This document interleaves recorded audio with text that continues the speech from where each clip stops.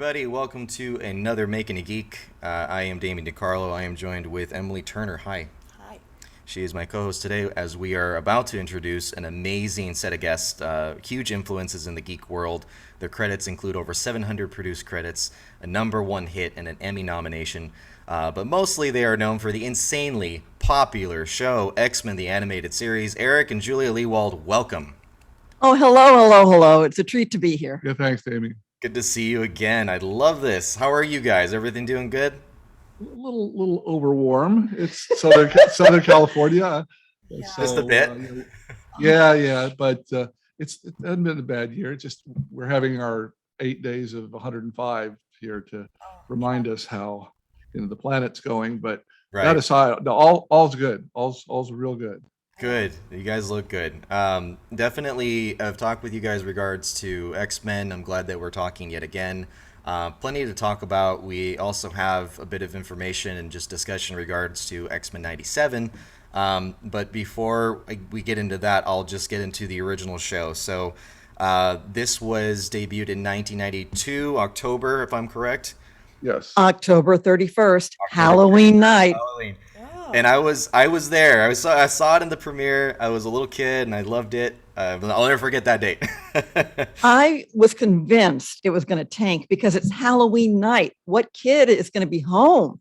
But somehow the timing was most young people had gone out, gotten their candy, came back home, were pawing through it, and then X-Men came on. So somehow, It worked. the great good fortune, it worked. That's great. And I remember the first couple episodes were hard hitting. But before we do that, I'd like to get into a little bit about your book, making the animated series and the art. Eric and Julia, I believe the intro of the book. Look how beautiful it looks. It's right there in front of our. I remember your. I want to say, Eric, it was you that wrote your first couple calls from the executives or to the executives. I can't remember which order it went into pre-production for X-Men. Go into a little bit about that. What was it like in the beginning to get this started? Well, it was a bit of it was a rush, bit of a chaotic rush. Scramble, basically. That Margaret Lesh, who we owe all this to, had been wanting to do this for 10 years and couldn't get anyone in Hollywood interested. But she'd finally become president of Fox Kids and worked herself up to the place where she could just say, this is going on the air. And then she had to figure out how to, who was going to run it, who was going to put, and it was mid-February when we were contacted. And in the good old days, everything premiered first week of September. This is 1992, and this is going to be hand-painted animation. So we were less than 7 months from airtime, and so we were already a couple months behind getting ready for the show to get going. And it happens sometimes, especially in smaller shows. But this is a big, complicated show that needed to be created and heavily produced because it was, big action and it was new. And so everything needed to be designed and all of, like 15 things that were going to make it take time and be difficult. And I think Margaret was just so thrilled she got it on the air that she just kind of hoped we could get through all those difficulties. And from the writing side, it was just exciting. It was a case of there's this whole world to work with of 25 years of X-Men stories from the books and these really deep, involved characters. And kind of sky's the limit, and executives saying make challenging stories as opposed to just dumb it down for the kids. So it was a great opportunity, and on the writing side we were just focused on that, saying we could tell 13 really exciting stories. And so in our corner we were rushed like crazy, but we also had the huge benefit of there was no time for second or third or fourth guessing, or actors or executives or directors saying, I think we could do something a little different with that story. Not that didn't happen. Yeah. It just happened really fast. Yeah, they had their half an hour, to make their case, and then zoom, we're on to the next script. There just wasn't time to ponder what might have been, or to worry about if we picked the 13 perfect stories out of the 50,000 we could have told. And so it was an exciting, satisfying rush to get the thing done. At the same time, it hasn't been on the air yet, so lots of people, it's the tensest time because people are putting up their money, their millions of dollars to get the show done, and they're looking at these scripts and they're very different from what they're used to seeing on Saturday morning. And we're telling them that it's going to be successful, Right. but we're just asserting that. We have no proof of that. It's just our level of confidence or ignorance or, just hope and adrenaline that it's going to work. And they're the ones, about, fall on their faces and lose all their money if the thing's a flop. So until it came out and it was proved by the fan reaction that, oh yeah, this did work, this is what they're looking for, there's great worry on the part of the people kind of holding this thing together. And another thing was, we didn't have a huge company like Disney. We worked at Disney for a few years, like Disney or Warner's, that just said, okay, here's 20 artists and here's 15 writers and here's our staff, just make the show. Margaret had to patch together. Graz Entertainment was doing all the pre-production with the artists. A small boutique operation. A tiny company. This is their second show they'd ever done.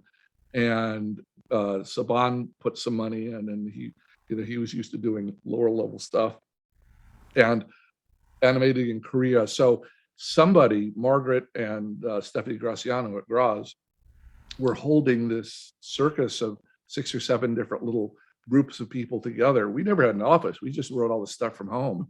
And it's the same with some of the artists. They drew as fast as they could at home and sent it in by, in our case, by floppy disk, because it was before the internet, for the story. So it was a scramble and it was exciting, but at no time did we feel the least bit, comfortable or not under the wire. And I want to jump in here. It's been 30 years, but you were tasked with introducing the X-Men to the world. Yes, there were 30 years of comic books up until that point, but the comic book market, as vibrant as it was not a big slice of, say, the overall pop culture market, at least at that time. Exactly. And if you have stopped people on the street, name me some superheroes, you would get Batman, Superman, you might get Spider-Man, maybe the Hulk, maybe Wonder Woman. Name me 3 X-Men. Your average person wouldn't be able to do that. Wouldn't know what a mutant was. So that was another thing in trying to tell 13 exciting stories that respected the comics. We also had to try to make sure that we were being really clear to this audience, 85% of whom didn't know this world at all. So we were having to build that world and gently repeat what these people were and who they met, what they meant to each other, and what their place was in the world, to make sure that people didn't get lost in this new thing. And so that was always in the back of our minds, that we couldn't forget that these characters were new to people. By season 3, we felt looser and freer, and we could take wilder chances. But the first season, we were very careful, we thought. And this was laying the pipe. As you were saying, Julia, this was in an age where the 80s, 90s, the comics were very successful in its own way, but when it came to movies or shows, it was far from successful, I should say, whatever was out, and I think that posed a major challenge. Was this something that you guys were, dissuaded from executing in order to do this at first? You were thinking maybe it's not even going to succeed the way we think? What was your thinking here? I think, again, going back to 30 years, as a writer, you just want the next job. And when you got the job, you're just so excited, whatever the job is.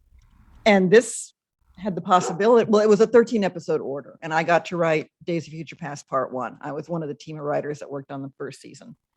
All of us were told it's only going to run 13 episodes, but give it your best shot. Margaret Lush had put her job on the line saying, I'm making this show. The folks above her said, if this doesn't work out, are you willing to step aside? And yes, I am. She believed in the show that much, but it hadn't been crafted yet. It hadn't been written.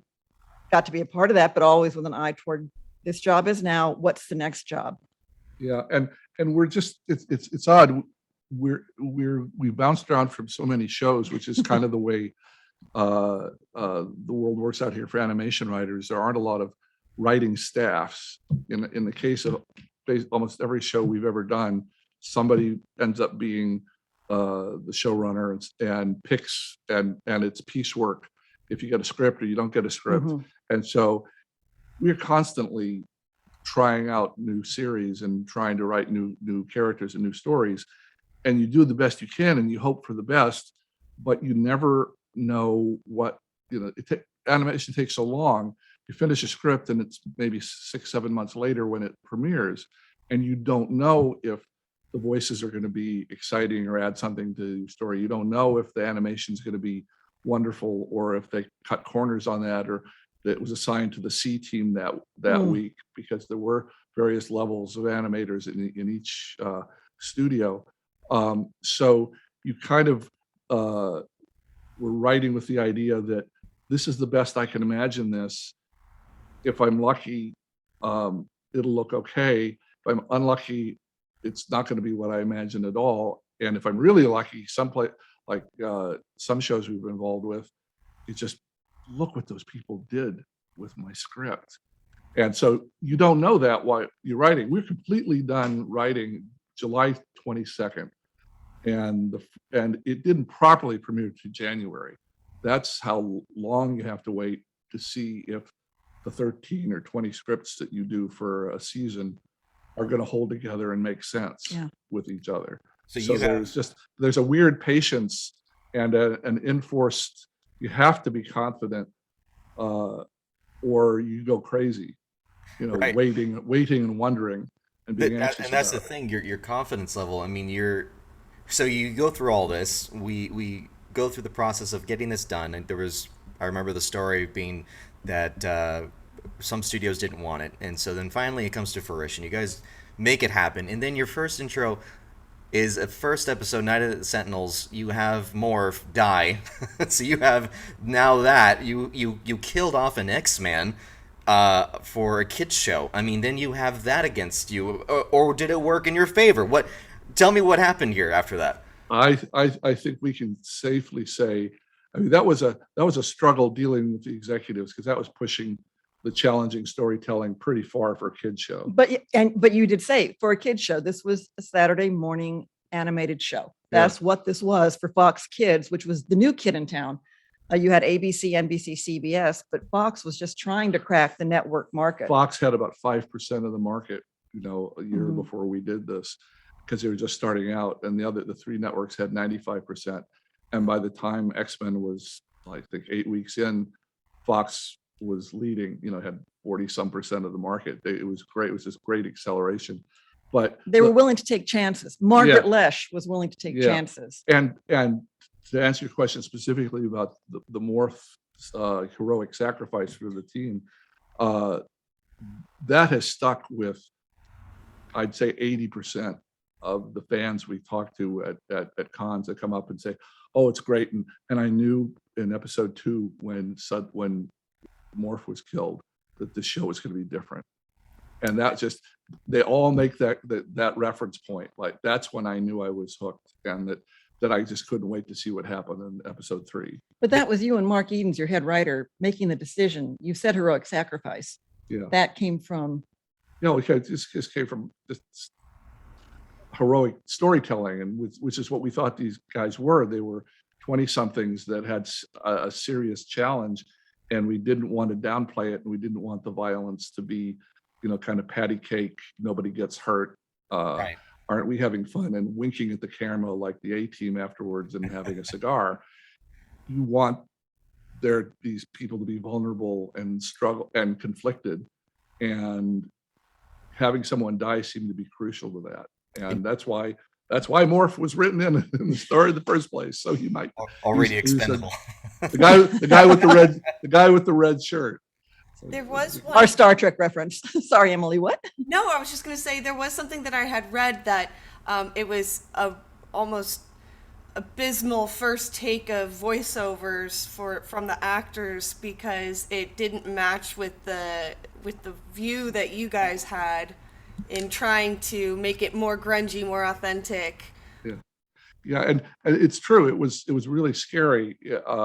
If the people, they did a good professional job Up in Canada. up in Canada, but way away. we weren't there to react to their first recording. They just did it. Said, here, have a listen. Back to you. Yeah, and so Bring and back. unfortunately, we tried to. The English language only goes so far. We tried to say we don't want this cartoon to sound cartoony. We want this to sound like an hour drama. We want this to sound like an adult drama. Look at what's going on. Someone's getting killed. Right. The groups of people are being oppressed in the show. We want you to do this as serious as possible. Yeah. And I think they all kind of looked at it and said, well, we've been doing this 20 years. We know what voiceovers sound like. Mhm. We've got it. Don't worry. We'll add a little edge to it. And so it came back, 90% cartoony, a little edge to it. And so it was awful. It's just, the fans would have hated it. But the gift to us was two things. First of all, Margaret Lash says, this isn't right. We're going to take a couple weeks more. We're going to postpone for 3 weeks and go up to Canada and get this set right. And so in reacting to something that was very, very wrong, we probably overcompensated and made it and picked the most intensely dramatic voices in all of Toronto. If the first voices had been okay, everybody would have probably looked at us and said, look, we don't have the budget. We're gonna miss our schedule. Yeah, we don't have the time. I know this isn't quite what you imagined, but you're gonna have to live with it. It's just be a professional.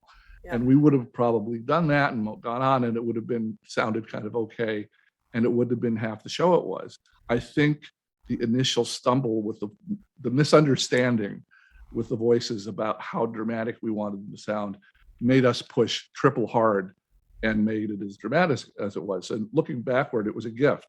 Yeah. I mean, you had, so you didn't stop there with morph. After that, I mean, you had shows or episodes, I should say, dealing with, social issues, broken marriages. You had the Holocaust. You were talking about all these different things, to name a few, but it was beyond any other animated show for its time. It really wasn't. I can't think of any other ones that were like this. I remember the one with the time traveling back, and I believe it was Storm and Wolverine, Yeah, and they're a yeah. couple, and they're experiencing the racial profiling, Yeah. kind of for being together as a couple, and it's Yeah. it brushes on that just very briefly, but it's a very, very big moment also. Absolutely. Yeah. Skin color prejudice. That's so pathetic. It's almost quaint. That's Yeah. right. I remember Wolverine that. response. Yeah. It ain't quaint. Yeah. But yeah, no, to be able to do that and couch it that way Yeah. and make it accessible. Right. Yeah. And that's such a and And in digestible. fact, that was such a to great the audience. indirect way of disarming and making fun of racists, in that Storm is looking at it like, this is a horse and buggy, or this is pre-inventing the wheel. What these people still think this way? Right. Because she was from the future. Yeah, she's not wagging her finger at the Yeah, guy they and just came saying, back "Oh, from being you lasered, bigot." Like Yeah. So, Yeah. bigger fish. so to that was fry. that was fun. One man's worth. Great, wonderful. That's episode. worth. Right. Yeah. That was one of my favorites. That was a heartbreaking episode for me because that it ends with the dream kind of sequence feeling, and they kind of come to and they're like, well, I don't know what was just going on, but you still kind of get that. I just kept thinking, like, I really want them to get together. I mean, like, Yes. everybody couple up, everybody couple up. And they were the perfect couple. Suddenly it clicks in that fourth season in those two episodes. It's like, of course they should be together. Why aren't they together? They're so Ah, they're so yin and yang as well. Storm is yeah. very like maternal, motherly almost, and Logan is rough around the edges, but has a heart of gold. And I just Is there any chance of that happening in 97? we say nothing We- about X-Men 97. You give me We say nothing. nothing. Say nothing tells me something. Yeah. No.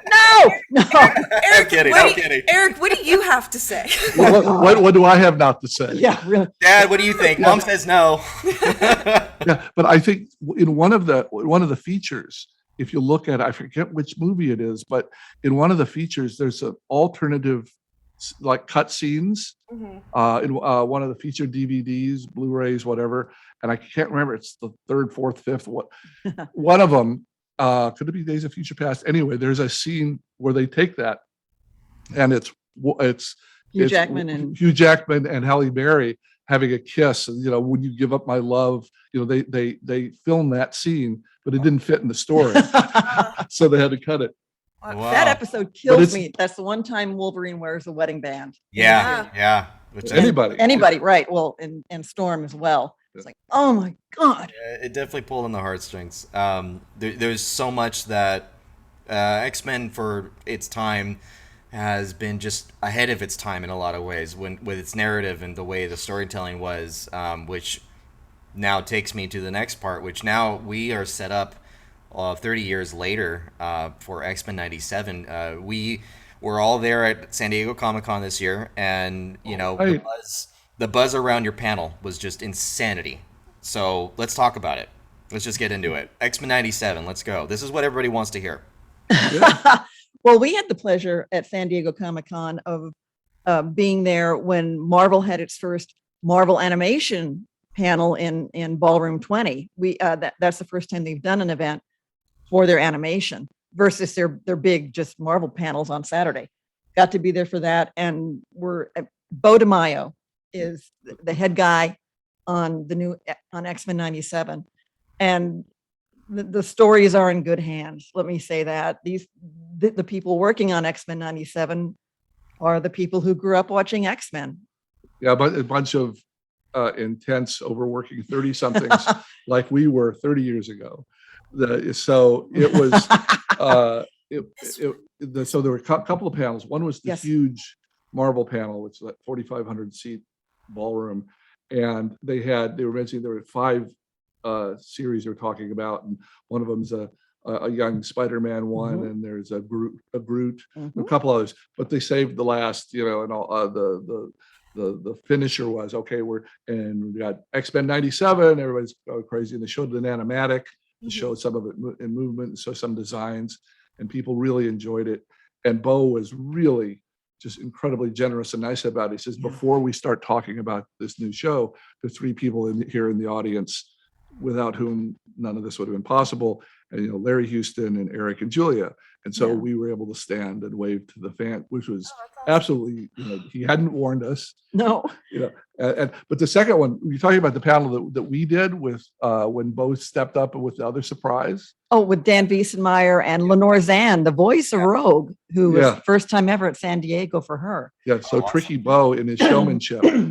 We did our panel just about the old show, the original show, and then the showrunner of the new show waits in line with the other fans, and at the very end says, Larry, I had a question for you, and asks, Larry Houston sitting beside us. I just was authorized to ask it this morning. Would you care to direct the opening title sequence for X-Men 97? And it was a moment of like from The Bachelor, I have a rose. Will you accept this rose? The final rose, yes. Yeah, and Larry was like blown away and said, "Of course I will." And so that gives you an idea how much their minds are in our show and how much they want our show to be their show to be a continuation of our show and not something different and contrasting or a spin-off or something. And the greater importance is that Larry Houston with Will Mineo is responsible for the iconic opening title sequence of the original X-Men animated series. Yeah, those two guys did that in like 3 days. There was no time, but they did it, and they did it. Boom. Yeah, it was just a matter of just days before that happened. Finished. Yeah. So And in that, if you go back and watch it with a critical eye, they introduced every character. They introduced every character by name with the logos flashing over them, which at the time, the fonts, Marvel didn't have the fonts figured out. So Larry was just putting different fonts up for different characters, and those have become iconic over time. they did. Showing them in conflict, showing who some of the big bad guys were going to be, and showing the human fear of these things that have crazy powers. And in less than 2 minutes, it's remarkable. It really is. Yeah. Yeah. So I have one comment based on the previous series, and Uh-huh. okay, your thoughts on season 5. There was at some point, I know it's a season 5, there was, I think at like episode 4 or 5, there was a very clear animation sort of change in like the look of everything. There was a voice, an actor, the actor who plays Gambit, he was Uh-huh. swapped, and Right. it all of a sudden changed almost the entire vibe of it. I'm not going to assume that any which way is the correct way, but what kind of vibe are you going for in 97? Is it going to be following more of like the first 4 seasons, or is it going after Oh, this more there simple? was no creative there were no creative thinking in the last 11 episodes. That was just poorer, cheaper execution. The budget was slashed. The first 65 episodes, so it means 11 out of the 76 were added on. We were all supposed to be done. We were all told it's over at 65. All the various, that's one reason that Gambit's not there. All the people, and Larry Houston wasn't there for the last 11. I did not know that. All sorts of people were connected to and that was the standard to syndicate a show back then. That way you could play them 5 days a week for 13 weeks, 4 times a year. And that was the gold standard. You'd commit to do 65 episodes. When we were at Disney, almost every show we did, they just committed to 65 right off the top. And that was kind of a given.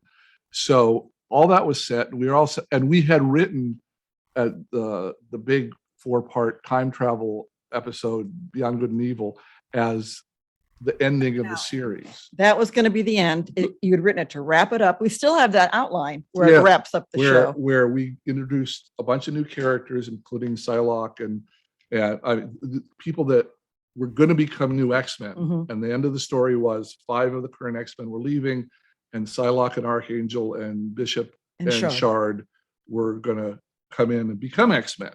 And that was the big tumultuous, okay, I wonder what the next series is going to be like. So that was done. And then we got a phone call. Somebody, I think Margaret Lesh was also no longer in charge at Fox. Yeah. And whoever was in charge there said, well, we're going to do another 6 and another 5. They did it in 2 chunks.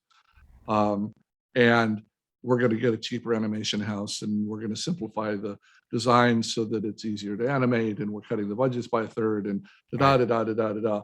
And so some voices we couldn't get back. I said we couldn't get Larry back for as far as direction goes. He was already committed to another show. So that was not thoughtful intention. That was just money saving. That was an afterthought. And I don't think we ever thought, well, I'm walking away from this because it's not going to. We didn't know how much they were going to cut back on production. We didn't know. And from the writer's standpoint, the script, we were still, the script process was still basically the same. It wasn't like they were cutting that budget in half or they're cutting the schedule in half. So in writing it, we didn't feel constrained. But then we saw, after we saw that come back, oh my God, that isn't what we wrote. We wrote something bigger, or we didn't just, that isn't what Wolverine's supposed to look like. Yeah. It was, but it happens all the time in our business. There's a lot of money involved, and we don't have any control over, once we've written the story, what the people do with it. But in defense of some of those episodes, I still stand by the story of those episodes. There were 3 or 4 that we still really like. The one with Captain America called Old Soldiers, that written by Len Wein, who's the co-creator of Wolverine, and he wrote a few, 3 or 4 for the show. Yeah. And you got him to come back and write that, and he said he would if he could use Captain America. And that was a big deal because we never had any permission to use anybody.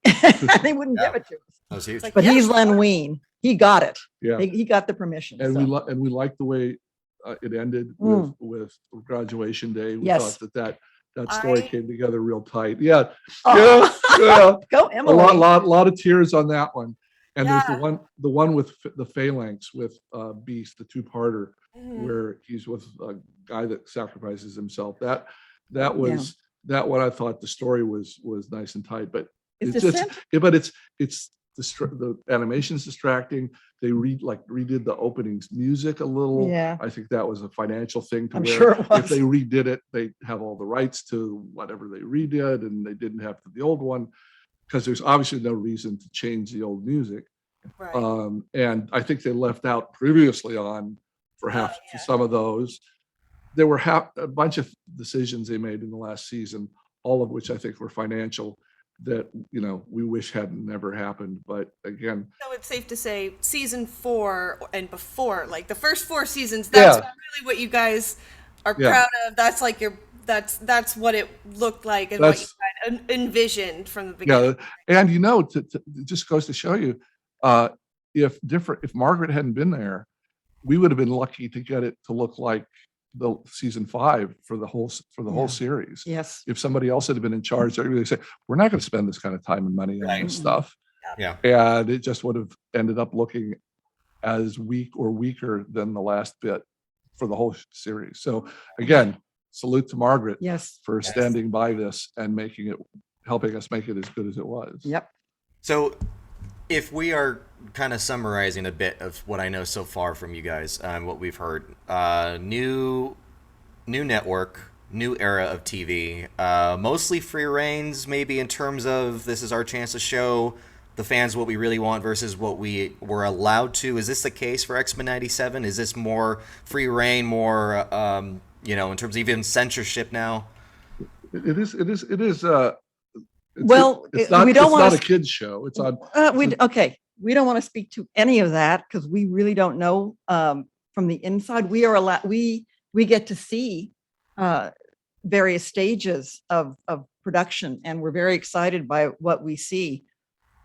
But this isn't.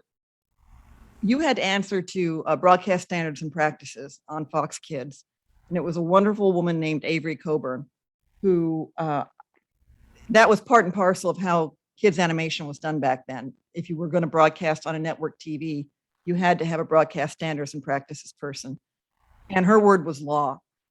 But you were able to talk with her, and she knew the books about why you felt the need for more this heroic sacrifice in the opening 2-parter and other major story points throughout the entire series run. Yeah. And Avery understood. And if she had said no at any point, those stories would never have been told. We've had broadcast standards people overseeing shows where they would have come into the X-Men and said, well, why are these are supposed to be friends working together. Why are they so angry with each other? Why do they have to fight? Yeah. Don't make them angry. Or they can't raise their voices to each other, or they can't, whatever. They can't say these mean things about each other. Can you imagine the X-Men, the 8 of them, without them struggling among themselves to figure out what the challenges were? And you can't put all these innocent people in the city in danger. You just have, if you insist on having them fight against some big bad alien, well, do it out on a field somewhere where no one's going to get hurt, and make sure that no one hits anybody. Yeah. And the list would go on.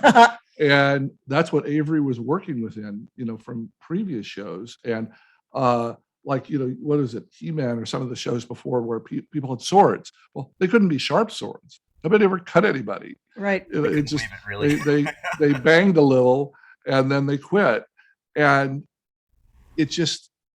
she let us get past that stage. And it wasn't easy for her because groups that were anxious about violent behavior or distressing behavior in kids shows were very powerful and could cost their congressional hearings, and they could cost TV stations their licenses. Mm-hmm. Of all the things, X-Men didn't get many letters.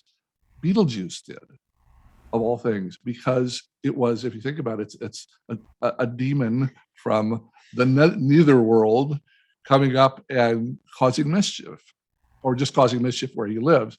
So it got evidently a scary amount of letters. Fox had to defend Beetlejuice's demonic nature a lot. But that was the Margaret and Avery's decision.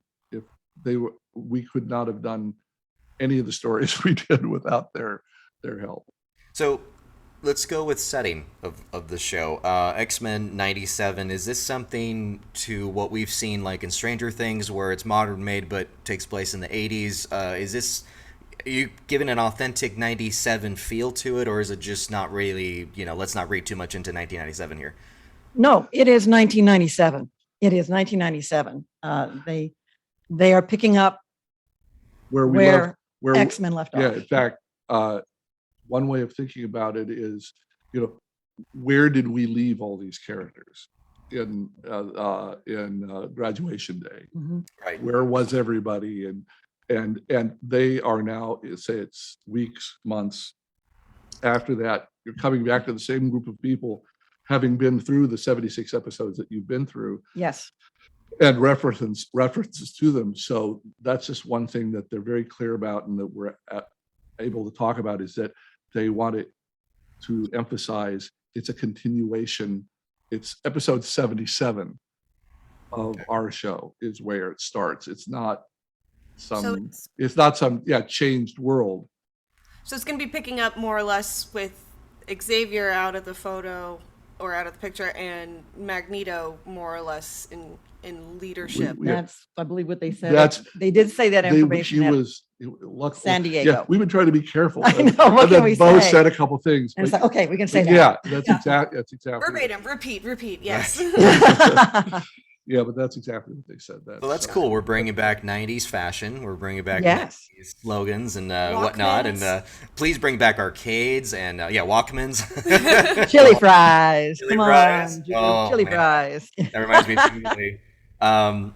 So in making 97, does the modern world of 2022 play some sort of part in what we know now directly impacting civil rights or diversity? Tell me a little bit what you're planning to do, if you can. Well, let me tell you, it's been 30 years since the original X-Men, which prior to that time, there were 30 years of books. There are now 60 years of X-Men books, which is a figure that blows my mind.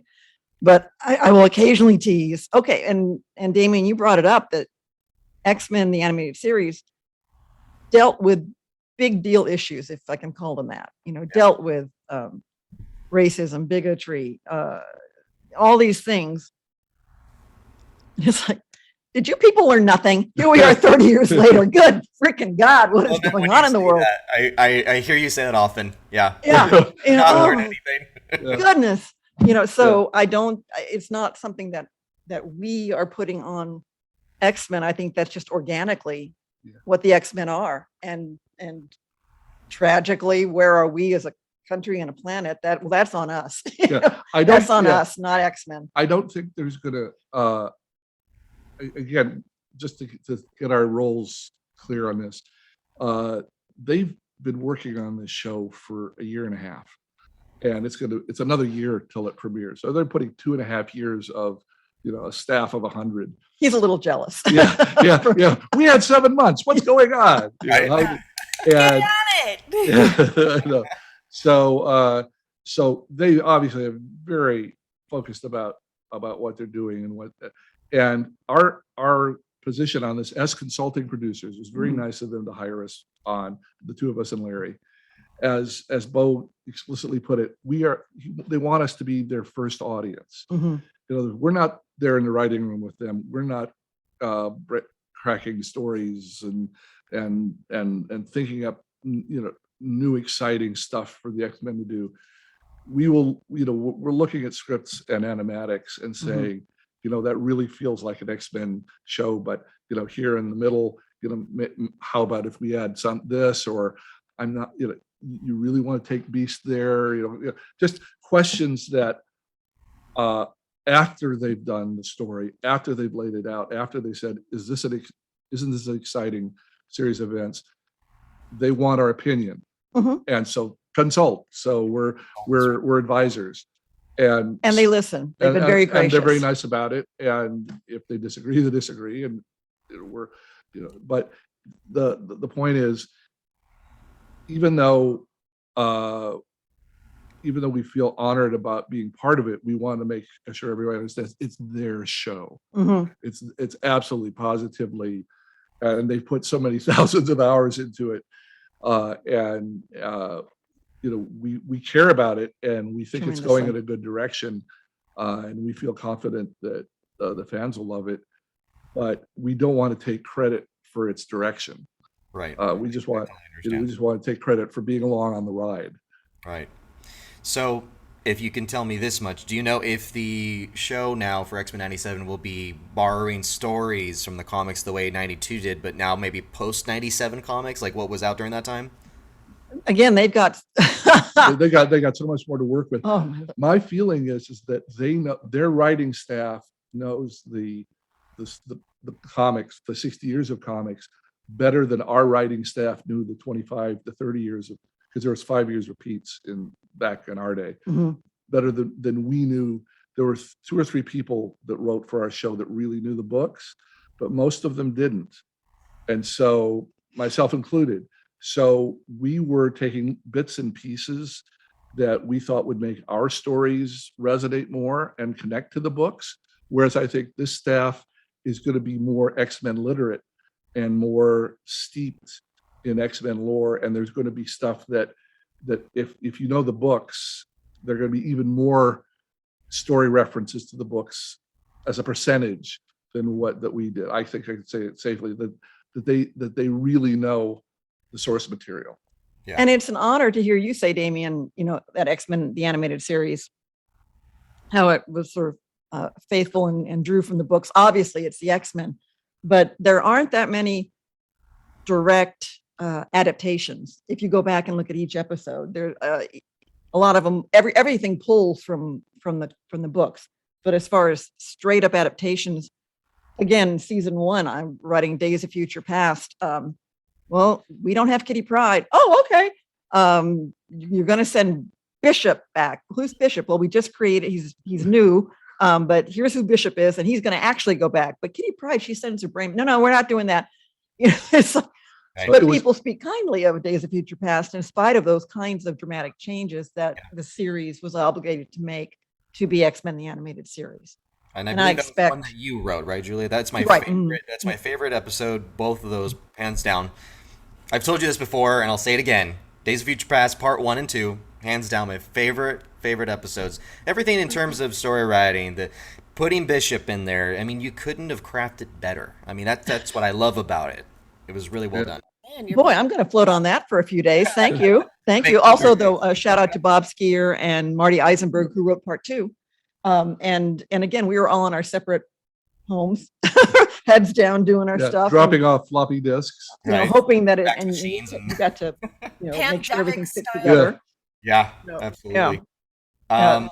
So let's just finally, before we wrap up, I definitely want to talk cast. So who is Sure. returning, who is not? I definitely want to pay tribute to dear Norm Spencer, who's not going to be joining because of this passing. I mean, growing up, to me, Norm Spencer's Cyclops to me was the epitome of what was, a superhero. That was to me the staple, the everything you wanted in that leadership and that tone, the voice, everything was great, and he will definitely be missed. But who else will be part of this, and who will not also be part of this?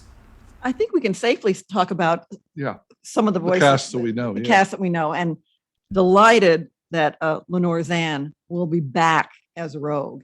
And boy, she is a hoot. And also recently has spent several years serving in the Canadian government. It's like, wait, what? As, My head as blew a up. member of parliament As a from Nova member. Scotia, so she's like a senator.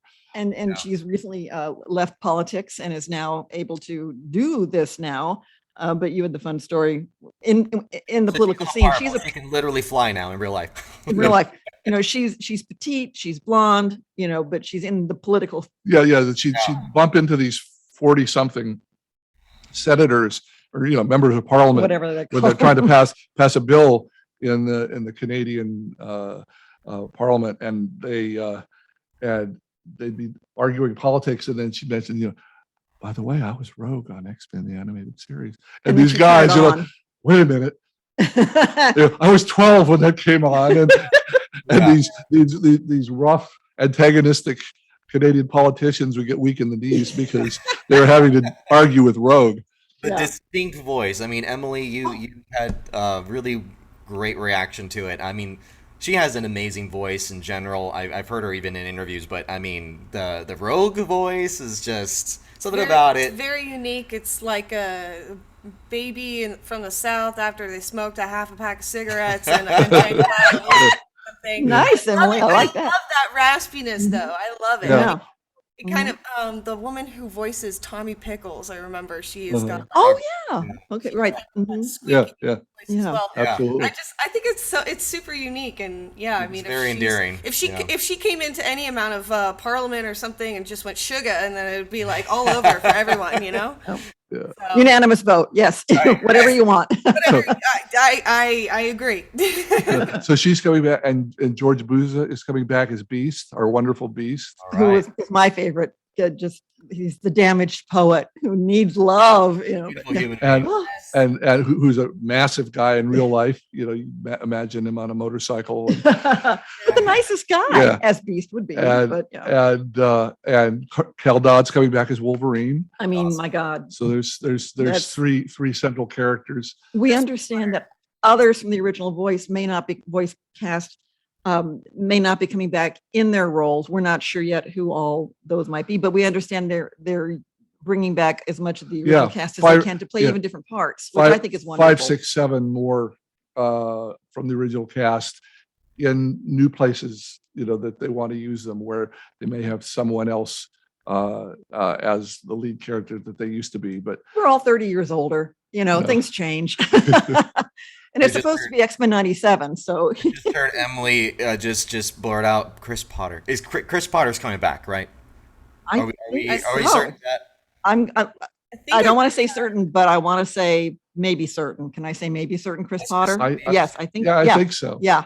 Okay, Maybe great. certain. Yes. Okay. There you go, Emily.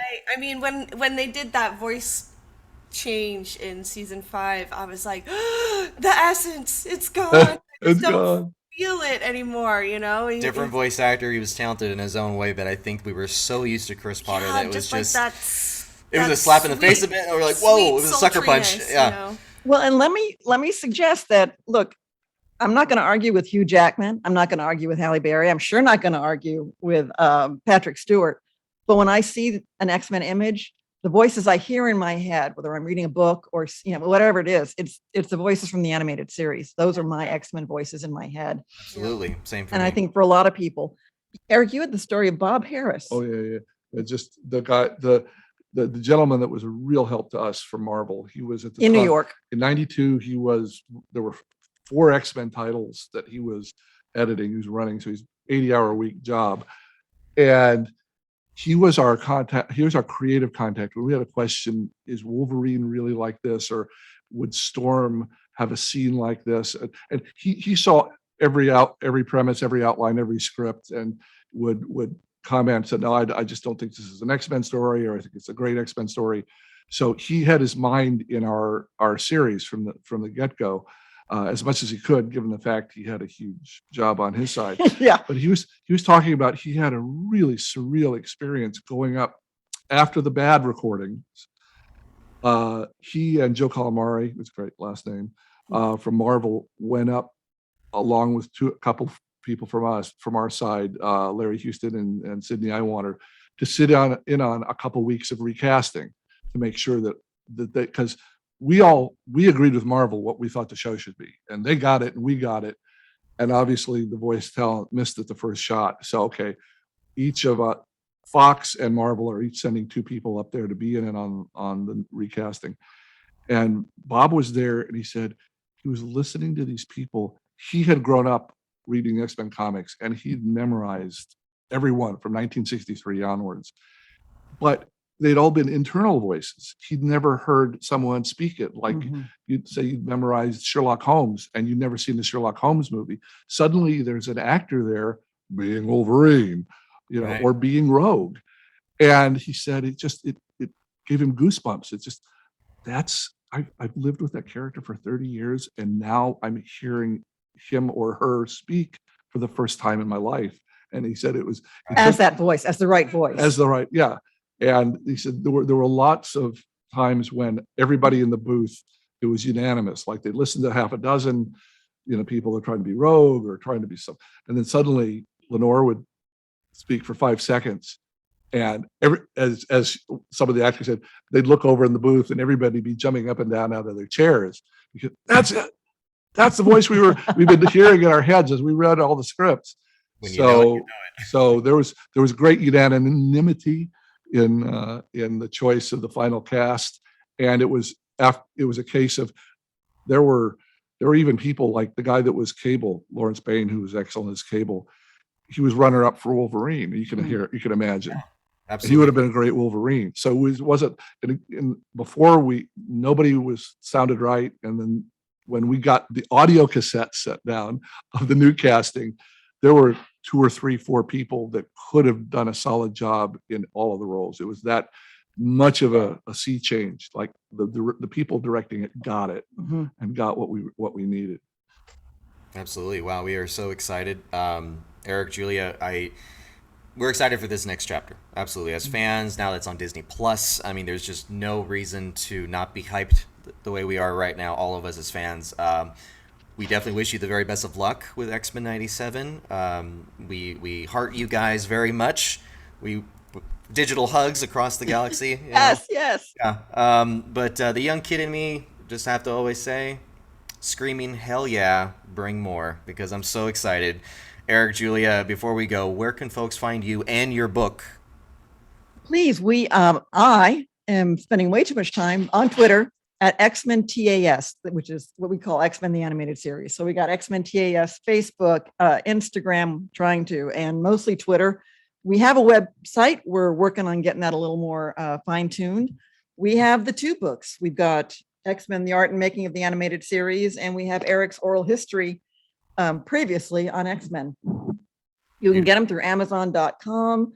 We ask you to patronize your local bookstores if you can. Ask them to order it that way. And we see them out in the wild in Barnes and Noble, so they are available.